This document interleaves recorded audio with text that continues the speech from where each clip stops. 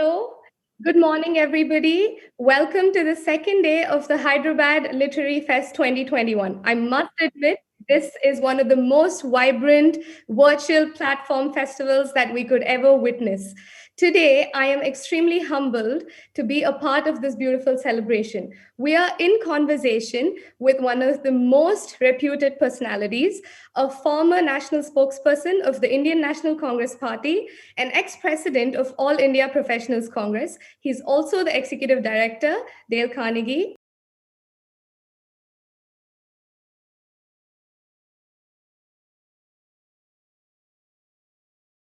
I like the line that the 46th president of the United States, the most powerful man in the world, uttered the other day at his inauguration, that democracy is precious and democracy is equally fragile.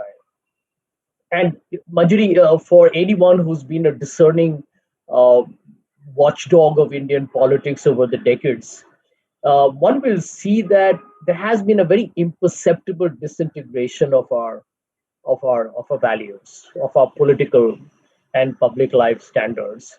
We are so compromised today that politicians can make the most obtuse, outrageous statements, cast aspersions on each one's character, and get away scot free because it seems to have become the new normal. And I believe that as a citizen of this country, this is much bigger than the role of a Congress member or a spokesperson, blah blah. I do believe that there is a need to remind people from time to time that the world that you live in may be changing in front of your eyes, but because these very dramatic and impactful developments are happening in a very subtle way that maybe the ordinary citizen too busy with the bread and butter issues is not aware of, you need to know that there are red flags being raised. And I, therefore, Manjari, decided to write this book because, one, yes, I have been an insider in the Congress politics. I have followed the BJP extremely closely. And I do believe there has been excellent work done in India already in terms of Indian history over the, right down from, go back to even pre-Mughal period, of course, the British period, and then the post-independent India. But over the last 6 years, something dramatically changed in our country. And my personal view was that the dialogue became very vitiated. There was a strange degree of viciousness in conversations. Both the BJP and Congress began to look at each other as mortal enemies who had to be annihilated at any cost. And I said, who pays the price for this? The media can keep debating till the cows come home about Narendra Modi versus Rahul Gandhi. But who will take care of the poor Dalit without a job? Who will take care of tribals who are probably being, you know, moved away or asked to give up their whole ancestral livelihood or habitation? Yeah. Are we really going to look at campaign financing as a place for reform to remove corruption in our country? Is India going to be a free market economy? Is it going to have welfare and subsidies? Is it going to have both? Are we going to talk debates or discussions on issues of fundamental importance? Or are we just going to flirt with the usual, headline hunting, hashtags that happen at 9 p.m.? And this is the reason why I decided to write the book, because I said I need to tell the truth as it is, and we'll take the consequences of it as it comes along. I found the contents of the book, the way you have, named them, you have organized them, very interesting. You have Hindutva, which is, the first chapter, which is an ideology. Then Narendra Modi, a leader, a prime minister. Then you have the institutions, that is the state institutional structure, the state apparatus. You have the economy, which is like a context. Then you have the media, which is civil society, the press, and finally the Congress party. I mean, the party, So I found that all the ingredients of politics are there in your contents in this book. So did you have this structure in mind, or it just, as you went along writing it, it just happened? I felt that these were the compelling issues that were being considered for public consumption over the last 6 years. There was no denying that Hindutva did fundamentally drive the entire BJP campaign. I remember Manjari in Mumbai, for example, large hoardings at Norman Point, Marine Drive, which showed Mr. Modi as the Hindu Hriday Samrat. So you had religion very explicitly in Indian politics. I don't know why people were beating about the bush whether India is going to become more religious centric in its political discourse. It was there. It was being advertised. It was on billboards, for heaven's sake. And today when you look at the fact that you have a stand-up comedian, Mr. Faruqi, being arrested for alleged uh, attempt to hurt the sentiments of the majority community, and there's no evidence yet, there's no charge sheet yet. What does it tell you? That all those fears are actually playing out. I remember love jihad being discussed initially as nothing but the vituperative outburst of the lunatic fringe element of the right wing. Today, these are laws in our country. There is still a very definitive attempt to change names of cities and kind of give it a different nomenclature, because the idea is to tell 200 million people of India that you have to get used to being a second class citizen in the great democracy or secular democracy that Nehru and Gandhi once envisaged for India. So I do believe that somewhere these are the dominating impulses of our time. Mr. Modi is an overarching influence in Indian politics. No matter what he doesn't seem to do anything wrong.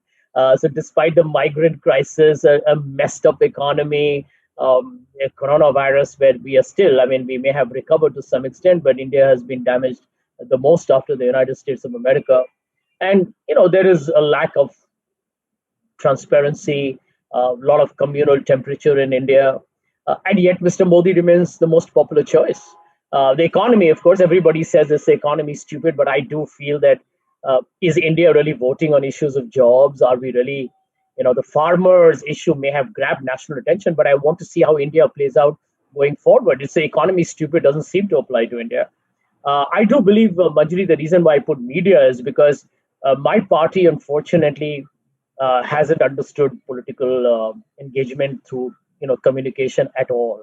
Rahul Gandhi, in fact, refuses to have any dialogue with mainstream media.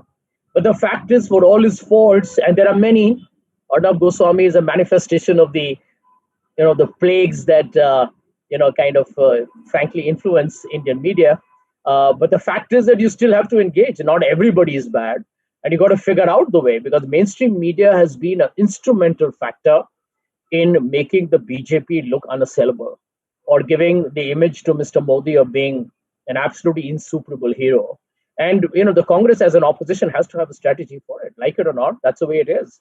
Um, and I think I brought in the Congress for a reason, because I felt that as a Congress person, I don't want to write a book which is if people say he's doing the usual stuff. Come as a spokesperson, he just attacked the BJP, defended the indefensible for the Congress, and here in the book he's just going to regurgitate the same thing. And I thought it's about time I called a spade a spade. I'm happy that in between, for being outspoken, I was even removed from my assignment and suspended by the party. That's cool. I have no problem with that. The fact was that I needed to call a spade, and therefore I chose the chapters I did. And since we're talking about the Congress, can you tell our viewers how was the book received by the Congress? Did anybody try to get in touch with you?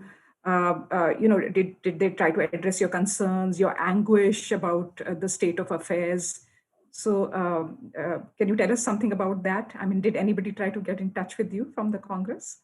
Well, Manjari, informally, I've had very senior people in the Congress who have said that. In fact, one of them spoke to me yesterday, and he said, "I thought this is a mind-blowing book, and it's. I'm glad you have been terribly honest about our own inadequacies and terribly ham-handed response to the BJP and the RSS." But you'll notice something interesting, that not a single Congress leader, and I say so, I'm giving you a very powerful breaking news for your show. Not a single Congress leader has tweeted about my book. Not a single Congress leader has retweeted my book. And there have been several tweets that my publishers, Westland, have put it out. And that is the problem with our party. The lack of But if I may interrupt you, yesterday there was a meeting of the CWC, and I felt that things which you have raised in the book actually, one of the most important ones were actually being discussed about internal democracy and the elections to the congressional presidential post. So that much, I mean, there has been some differences which we read in the papers. So I felt that way the book has made some impact. I don't know how you feel about it. Oh, it has. It has. I'm glad that the G23, which has got some of the most outstanding leaders of the Congress Party. I mean, if you look at Mr. Ghulam Nabi Azad, Mr. Kapil Sibal, you have Mr. Prithviraj Chan, you have Manish Tiwari, Milind, Mr. Mukul Wasnik.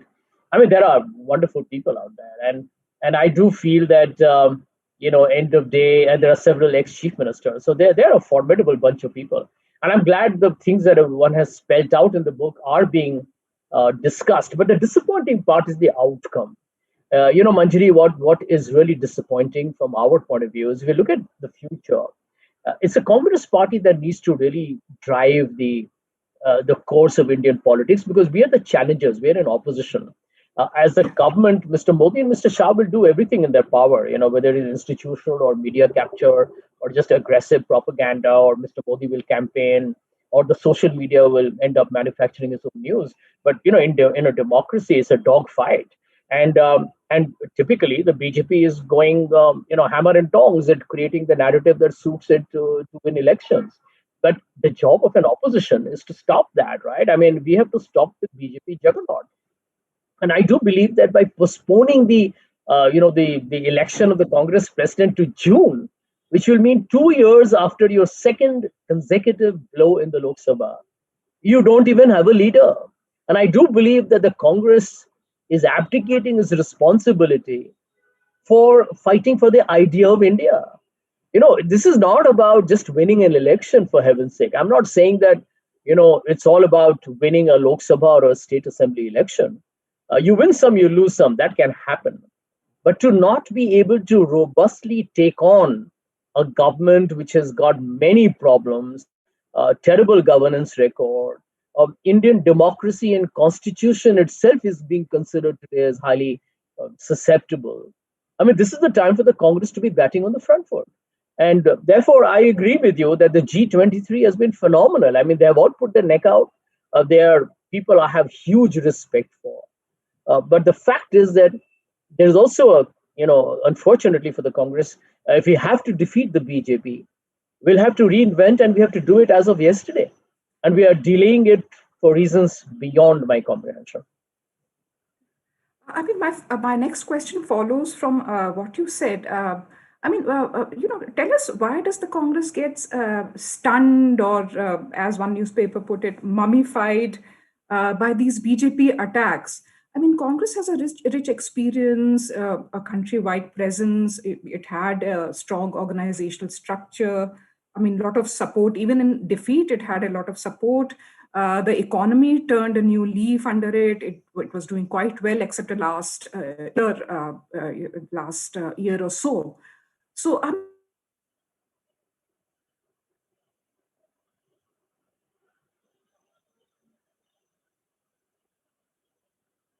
Manjari, I think I've lost you there for a while.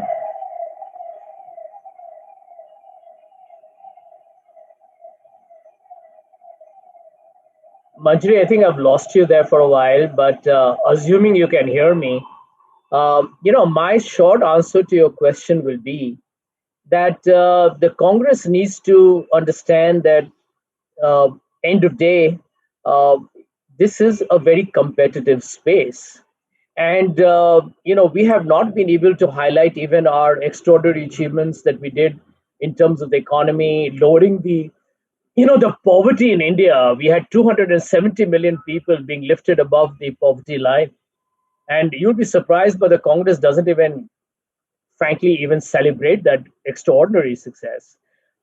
India got around 8% GDP growth rate over 10 years, and it never happened post independence, but the Congress didn't appropriate that story. And today, I think the problem that we have is that, that there is a crisis born out of a lack of confidence. This is a party that was used to winning, and it suddenly finds itself being, battered and bludgeoned by the BJP. And a large part of the responsibility will have to go to a very poor communication, the inability to understand that you live in an age of social media and WhatsApp. India has become younger. People need a different and a more intense and a frequent dialogue. Walking away from conversations is not going to help the Congress party at all. It won't help anybody for that matter.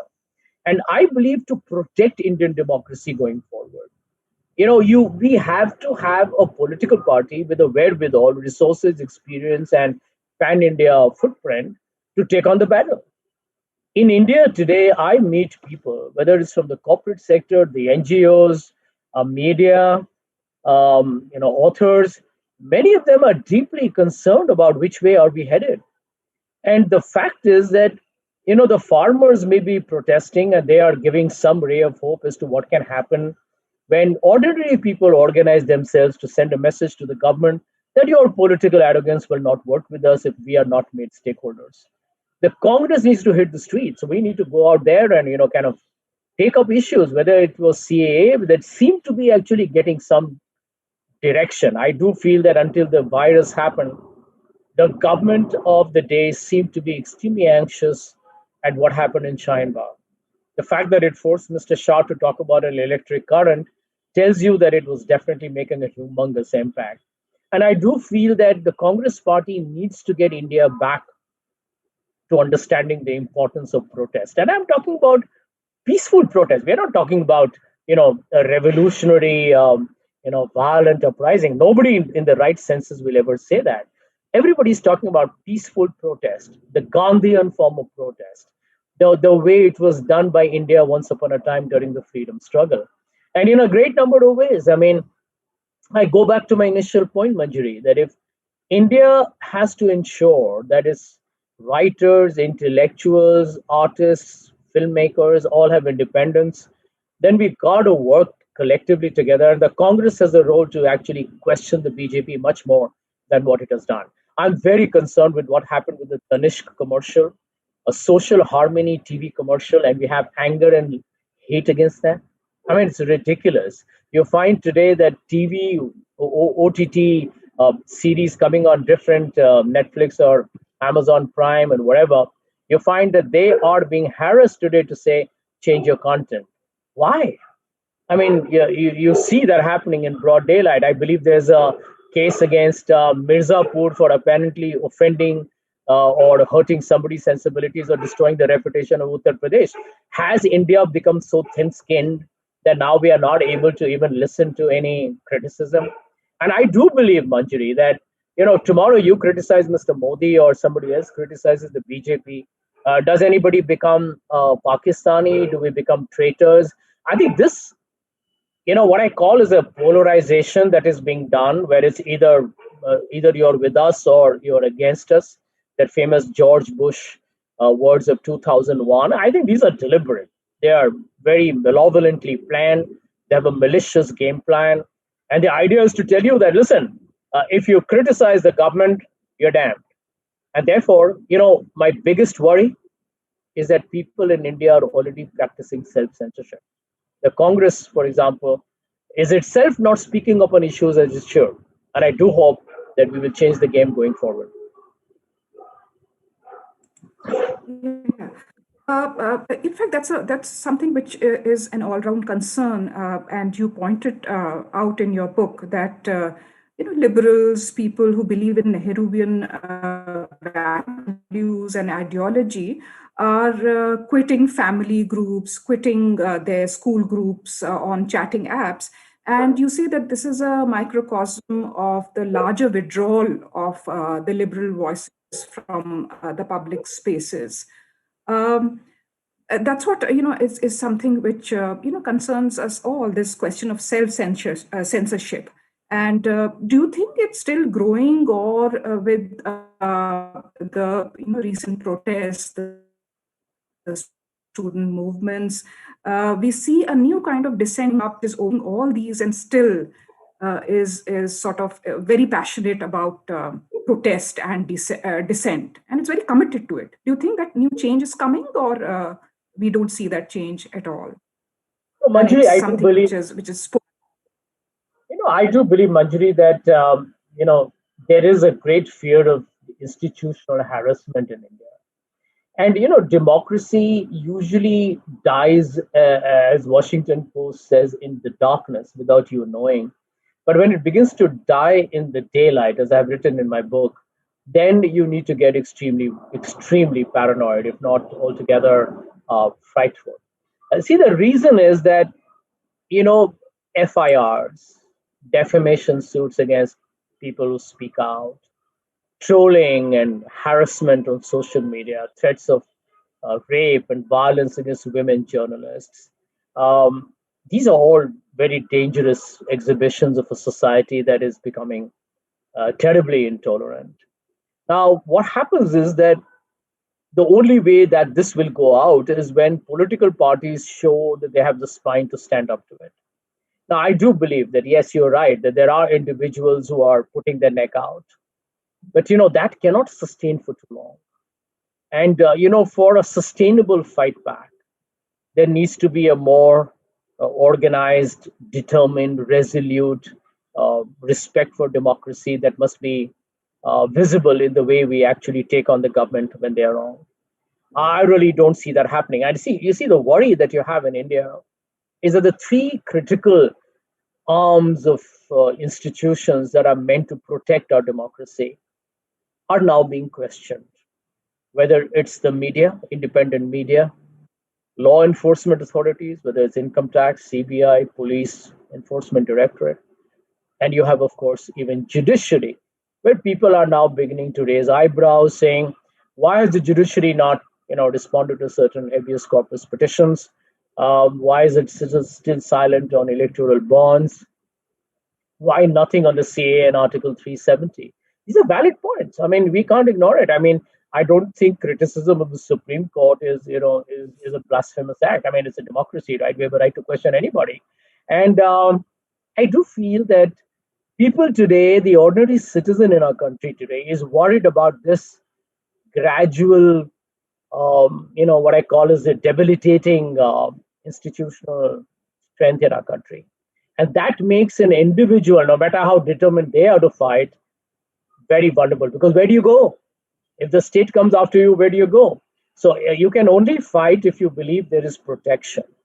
But if you believe there is no protection, I feel in people in India will just quieten down, and that, in my opinion, could be the death knell of Indian democracy itself. Tell us a little more about the title of the book, The Great Unraveling. What was, according to you, this moment of unraveling? Can you pinpoint, or it's a variety of events or incidents or decisions which happened, and everything got unraveled? Do you think that, or you feel that there was a sort of focused unraveling? There was one moment of unraveling when everything started to unfold. Well, it's very interesting that you say that, because in America, after the Capitol Hill incident on January 6th, I have read a lot of columns by independent analysts worldwide, and the word unraveling seems to have become, literally the center stage word, or it's become the buzzword of our times. I think let me give credit to my publishers, my two editors, actually, Karthika and Ajita from Westland, who insisted on the title being The Great Unraveling. My initial recommendation was to use one word, broken, because I felt India is broken, its systems are broken, its democracy is cracked up, and there are serious fault lines. So they chose The Great Unraveling, and as I've discovered, that's a title that also has a couple of first cousins. But I think the reason why unraveling became a very significant term will have to do with, in my opinion, for me deeply, is when people in India began to get murdered by mobs, and the state didn't seem to be too worried about what is going on. And I believe if when a country has its own citizens killing its own fellow citizens. Now when mob lynching murders happened, starting with there was an incident in Pune that happened, and with a young IT software engineer, Yes. and then you had Muhammad Akhlaq, and then it just became Yes. rampant, reminiscent of Ku Klux Klan in the wild pre-Civil War, not pre-Civil War, the pre changes that happened before Martin Luther King could really bring about and force the changes in the laws in America. But I do believe that they were symptomatic of a country having a serious morality crisis. I was astonished, Manjari, that people in India seem to be not too concerned or disturbed that an innocent citizen, didn't matter which caste or religion he or she came from. The majority, of course, who killed were Muslims, but there were Hindus as well who were killed on suspicion of child kidnapping and so on. So forget the religious part of it.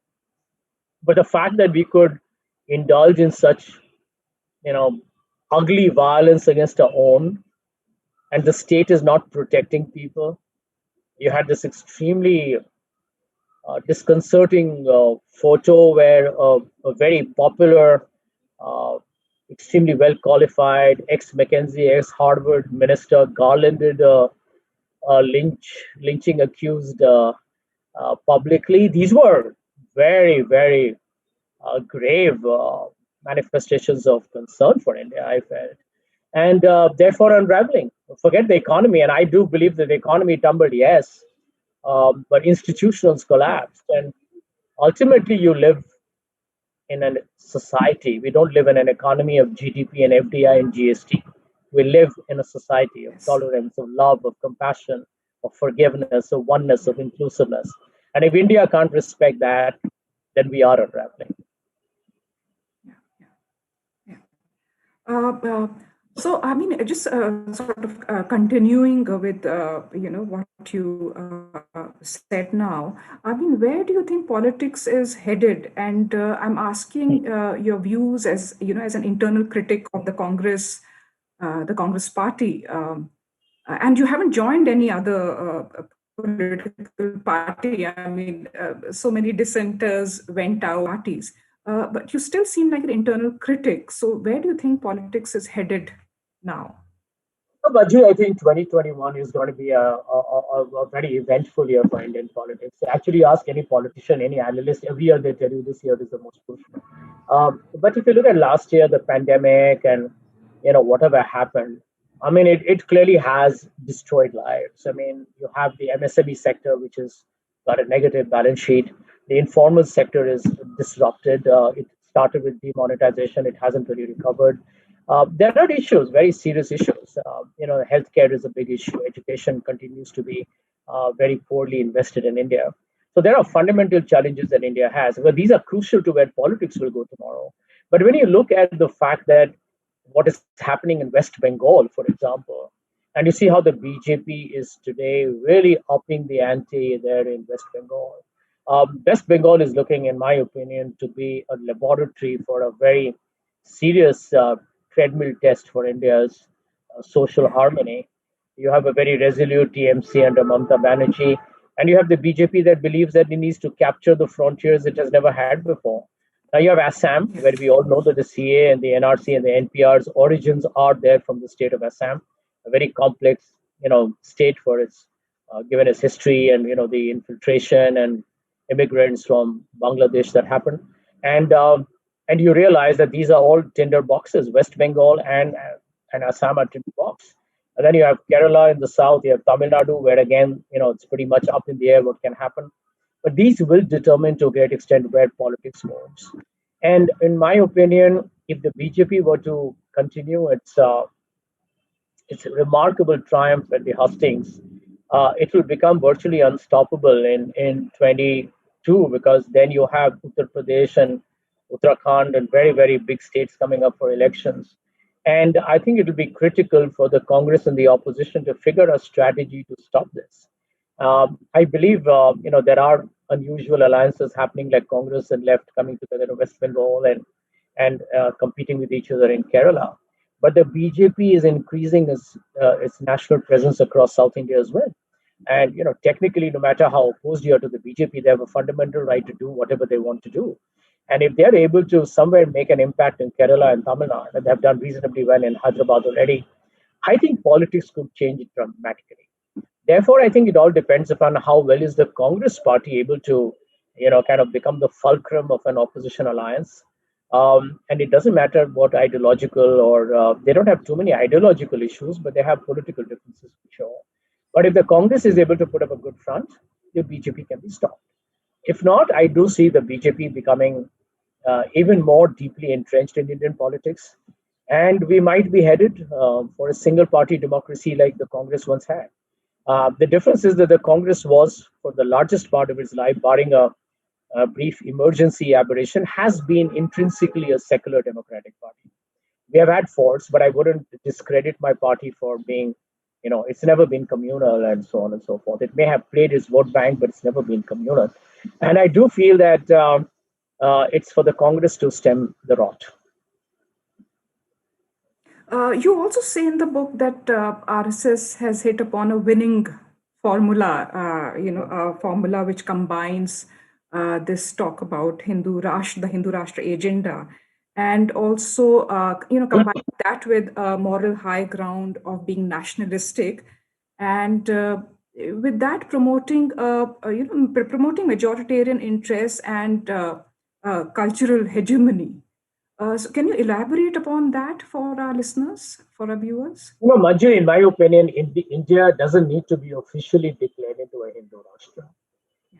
If you are able to make 80% of the majority population of Hindus, and I'm one, 78%, 80%, whatever it may be, and you are able to make them feel scared or threatened or insecure by a minority 14%, that tells you that clearly the propaganda and the lies and the fake news is working remarkably well. I've written in my book that during the Uttar Pradesh elections, there were WhatsApp groups talking about Muslim population exceeding the Hindu population by the year 2050.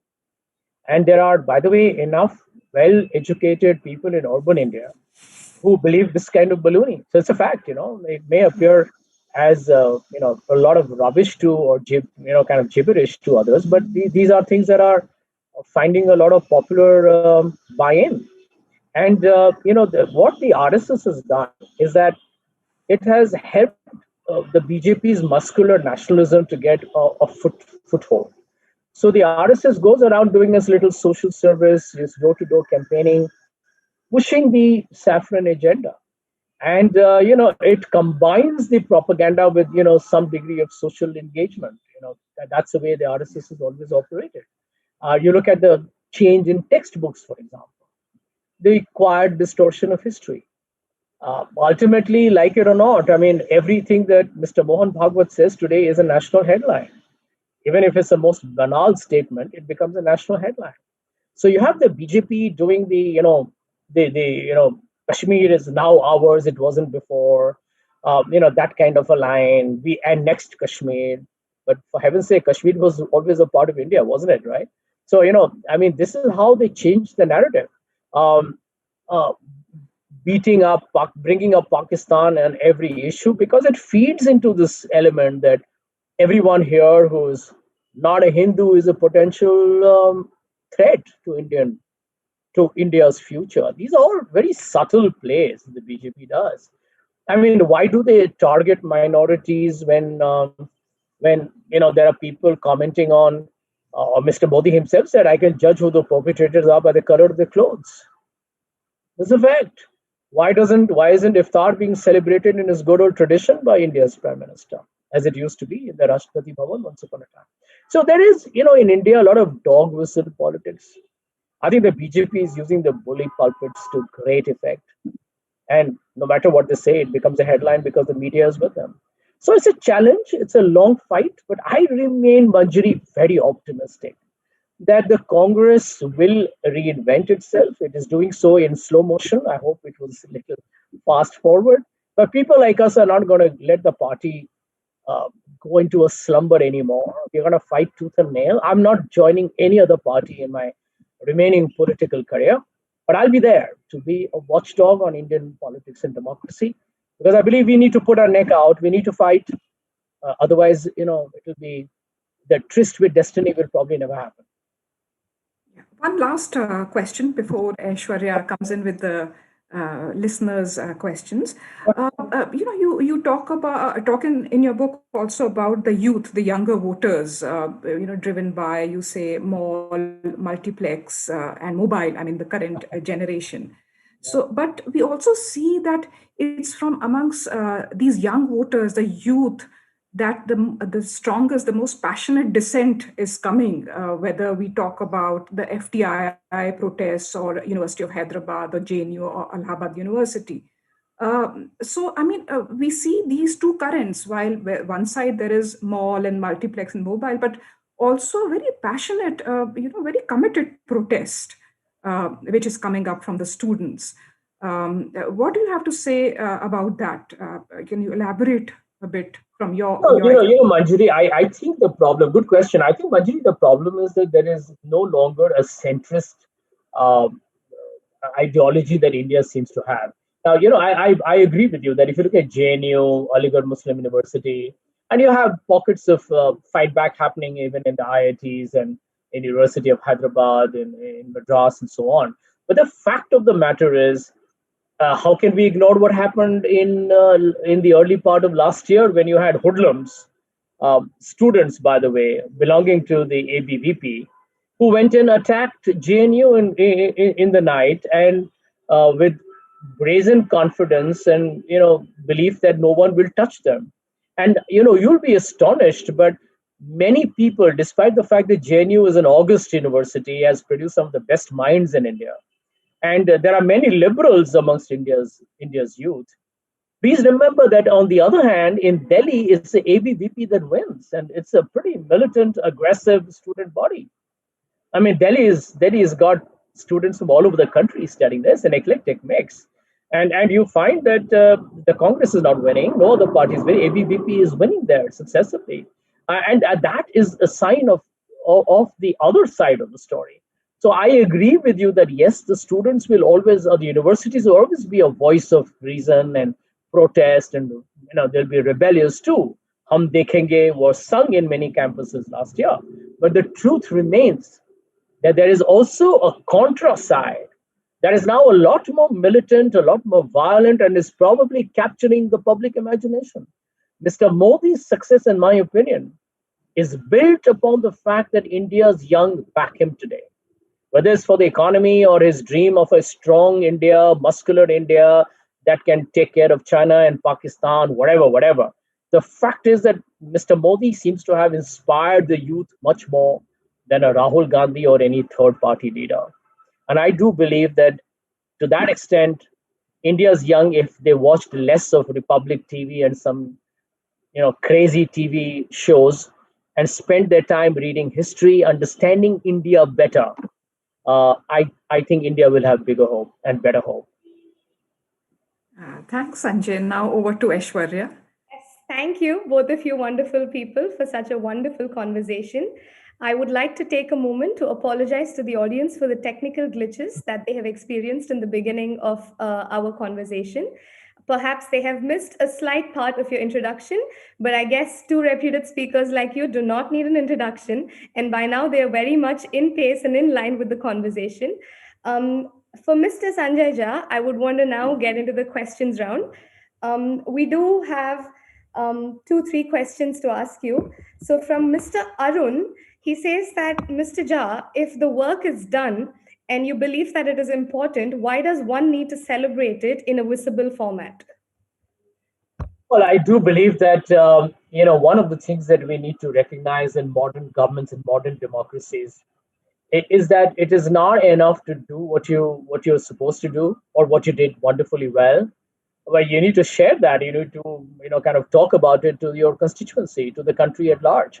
I believe the Congress is guilty of not knowing how to sell itself. Please remember, politicians are also salespeople. Many of them are snake oil salespeople, but I'm not going to get into that zone. I do believe that politics is the toughest contest on earth. If you think it's Pepsi versus Coke or McDonald's versus Burger King, forget it. This is tough. This is brutal because you can have a McDonald's with a 40% market share, and you can have a Burger King with a 30% market share. But in politics, it's a winner takes all. There's no silver cup or a bronze medal for the loser. The winner takes all, and therefore, even if you lose by a whisker, you lose, right? So Donald Trump could go to town saying, "I got 70 million votes," and the highest after anybody, only Biden's got more than him, but he lost. But he believed he had won because there is ultimately only one man in the White House. So the reason why you need to talk about your success is because you have a right to do so if you have done it well. What Aishwarya I don't agree with is governments or political parties that spread fake news to claim that everything is all right. For example, when Mr. Modi's government claimed that India was 100% electrified under its rule, they were wrong because India was already 97% electrified under the previous regimes, including the Congress. So it's like saying that the Congress scored 97 runs and we have a target of 100 runs, but because BJP scored the last 4 runs to a boundary, it is the BJP that won it for India and not the Congress. Pretty ridiculous, in my opinion. But a lesson for the Congress party, Aishwarya, is this, and this is something that you can't criticize the BJP for. It has a fundamental right to do it. If Mr. Modi achieves X with gas cylinders for the women, or some low cost housing, or building some roads, and he tom toms it, so be it. If he's done it, he has got every right to sell it. And I do hope in future, if the Congress were to come back, they learn the basics of selling. Start with an S, capital E, capital L, ING. Got it. Thank you so much. But I would also want to ask you a summary of two, three questions that we have received along similar lines. Mhm. Um, and I think just to summarize it, it would be, what do you think is a way forward for the Congress party? And people believe that there is a slight ineffectiveness in top leadership. Is it really possible for the present Congress party to allow internal democracy to function? So I think somewhere they're trying, the viewers or the audience want to hear from you in your thoughts on a way forward. Well, I think it is a tragedy of epic proportions that the Congress is being asked, can you practice internal democracy? This is the party that fought for India's freedom, for heaven's sake, against the British. And when the British moved out, actually it was sunset on the entire British Empire. We triggered it, for heaven's sake. So I do believe that the Congress needs to look within, and instead of wasting time saying, well, introspect, get your hands dirty, fight. I mean, I just do believe that I'm very optimistic and sanguine about India, and I think the Congress is critical for India's resurgence or resurrection. But Aishwarya, the simple question is that while a lot of us are worried about the future of our country, many of my eminent colleagues are worried about who will be the leader of the Congress party. In my opinion, a puerile discussion. I mean, the country's people are worried about its economy, migrants, small businesses, secularism, liberalism, institutional health. All we are worried about is, will Rahul Gandhi come back? Or I really think the Congress party is damaging its own reputation. Rahul should take a call. He himself said that he would like a non-Gandhi leader to come in. I like Rahul very much. He's a wonderful person. But for heaven's sake, there's nothing wrong with a new leader. I'll just give you one example, Aishwarya, before we take the next question. Joe Biden has been vice president for 8 years before becoming president. And he, during the Democratic primaries, contested against everybody. I mean, Kamala Harris was in the run, Elizabeth Warren was in the run, Amy Klobuchar was in the run. I mean, that man, 78 years old, was battling against young people. It's okay. I think the Congress party needs a robust internal democracy where I can come on your show and say, I don't think Rahul Gandhi, for example, I'm not saying it, but supposing I were to say Rahul Gandhi must make way for a better, more inspiring, a more dynamic leader, it doesn't mean that I should be expelled from the Congress. That's what democracy is all about. Sure, sir. But I don't you think that kind of curiosity is also coming from a thought where people want to know who is their next leader, or that kind of leadership perspective versus, I mean, in all honesty, like I think in the young cohort also people want to know who is the next leader sometimes. So I Yeah. think they tend to kind of not see the depth of why and what, but there is always that curiosity is who is going to lead.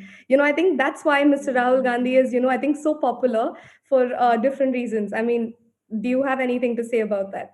Well, I mean, Rahul, as I mentioned in my book, he had a great start as a Congress president. Right. We did reasonably well in Gujarat. We managed to outfox the wily BJP Chanakya in Karnataka, formed the government, stumped them really.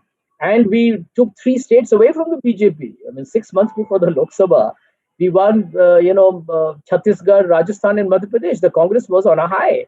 I feel where Rahul really erred, Aishwarya, frankly, was when he resigned. It's good. You resigned, it's fair enough. I ideally would have liked him to run his entire 3 years. But if he resigned, then you got to walk the talk on that. You can't suddenly flip flop and say that now I'm still going to come back. And one day you say that no Gandhi leader will come, and then it again is back to Mrs. Gandhi as the interim president. I don't think these send the right signal. India has become younger. Aishwarya, people like you, I mean, you've studied abroad, you come across as so erudite, confident, and an enlightened citizen of this country. It's wonderful to see people like you. And I do believe that none of you want to see any political party or the country or even a corporate have a first mover advantage because you got a surname. And I think Rahul is aware of it. It's not that Rahul is not aware. I'm just surprised how some of the people are not giving him the right advice. If Rahul were to say today that I don't want to be the Congress president, can we have a selection? Can I nominate somebody? Not the right way, but let him nominate a couple of people. Let the others say, good enough, go, run with it, take risks. The Sure. Congress is behaving as if it's living still in some Jurassic Park age. We need to change. No, I think well said, and thank you. But we have another following question for that from Mr. Sambashiva, who says that according to you, sir, who would be best suited to get the Congress party out of this abyss? Well, I don't want to take names because I don't want to play favorites. I have mentioned names in the past. Maybe I'll even mention it here today. But I feel you need a leader, one who's obviously ideologically committed. Number one, that is, I'm taking that as implicit actually. The more fundamental things is somebody who has a very solid, dream of making this country go back to the good old Gandhian Nehru values, while it may still be married to the most modern practices of running a country.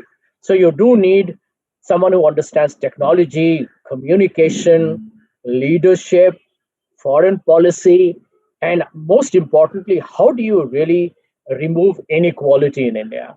And we don't seem to understand a couple of fundamental things in our country: the risk of inequality, or the fact that India is, somebody who upholds India's constitution and is willing to work 24 into 7. So I want to see a leader who's hardworking, ideologically committed, a brilliant communicator in, not just English but also in Hindi and maybe a third language. Why not? More important, someone who's willing to listen. I would like a leader who does listening tours. Yeah, go to Andhra, go to Bengal, go to Kerala, go to Bihar. Listen to people. Politicians, you give them an inch, they take a yard. I'm sure Manjari's already discovered. She asked me a question, I went on and on. And I do feel that, politicians they have to learn to listen. And I respect that the most in any leader I meet. And I do hope that somewhere down the line, Aishwarya, that Mr. Gandhi will be able to bring about a change that the party needs. Put yourself in the background. It's all right. Virat Kohli was not there, but India won a fantastic match at Brisbane, right?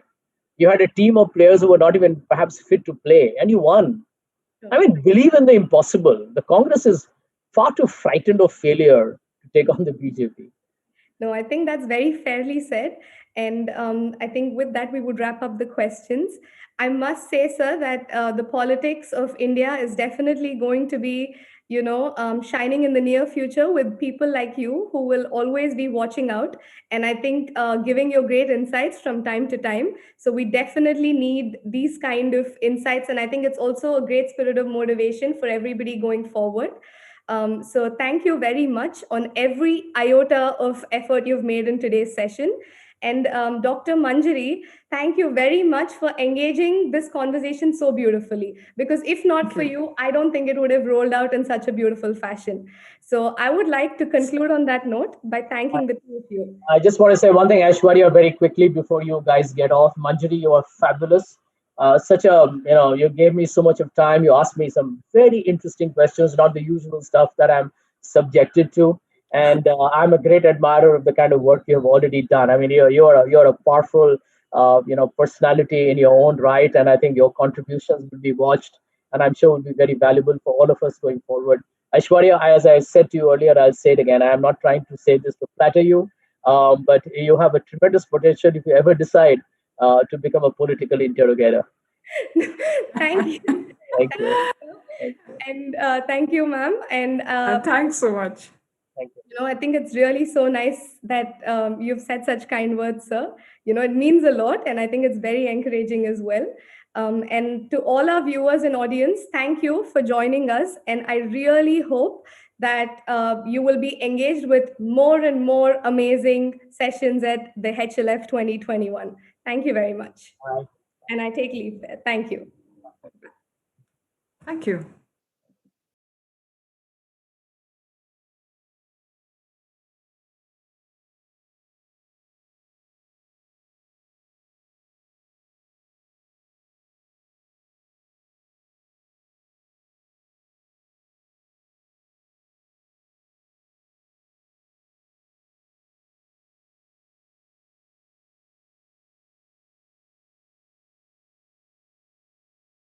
పున్నాము వెన్నాల కోలు పూసి కాసిందే కోలు పున్నాము వెన్నెల కోలు పూసి కాసిందే కోలు నీరు నిమ్మల కింద గన్నెర్ల కింద వంగి పూలే రంగ కొంగందుకు